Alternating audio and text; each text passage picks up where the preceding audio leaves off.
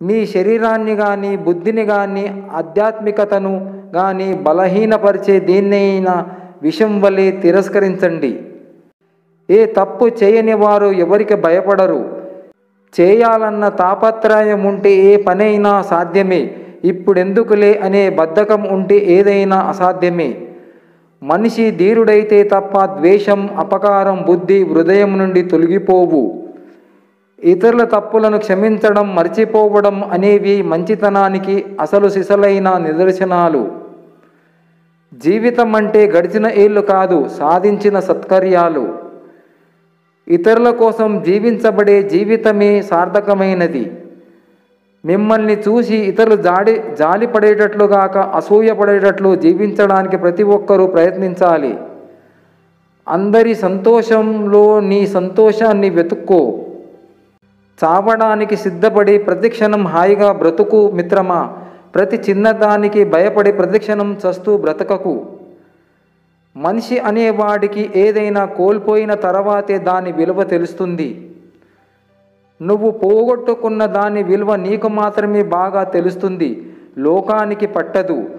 నువ్వు పొందే దాని విలువ మాత్రం నీకంటే లోకానికి ఎక్కువగా కనిపిస్తుంది. అందుకే మనిషికి మనిషి అంటే చిన్న అసూయ. ఓటమి చీకటినిస్తే గెలుపు వెలుగునిస్తుంది. ఓటమికి భయపడక గెలుపు అనే వెలుగుతో గమ్యాన్ని చేరు. వైఫల్యాలు జీవితంలో తప్పనిసరి.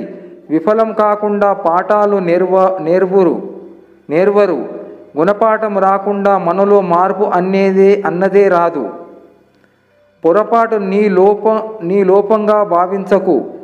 నీకు పాఠం నేర్పే గురువనుకో. ఆ అనుభవంతో అడుగు ముందుకేయి. జీవితం, సమయం ఈ రెండు ప్రపంచానికి అత్యుత్తమం ఉపాధ్యాయులు. జీవితం, సమయం ఈ రెండు ప్రపంచానికి అత్యుత్తమ ఉపాధ్యాయులు. పోరాడాలనుకుంటే నీతో నువ్వు పోరాడు. గెలవాలనుకుంటే నీపై నువ్వు గెలువు. నిన్ను నువ్వు గెలిస్తే ప్రపంచాన్ని గెలిచినట్టే అని తెలుసుకో. నీవు విజయం సాధిస్తే నీ శ్రేయోభిలాషులు ఎవరో నీకు తెలుస్తుంది. కానీ అపజయం పొందితే నీకు శ్రేయోభిలాషులు ఎవరో తెలిసి వస్తుంది. నీవు విజయం సాధిస్తే నీ శ్రేయోభిలాషులు ఎవరో నీకు తెలుస్తుంది.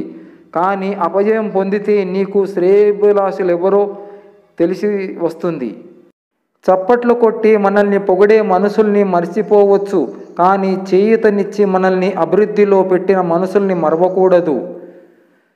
నిన్నటి గురించి మదనపడకుండా రేపటి గురించి ఆలోచించగలిగిన వ్యక్తికి విజయ సోపానాలు అందినట్లే.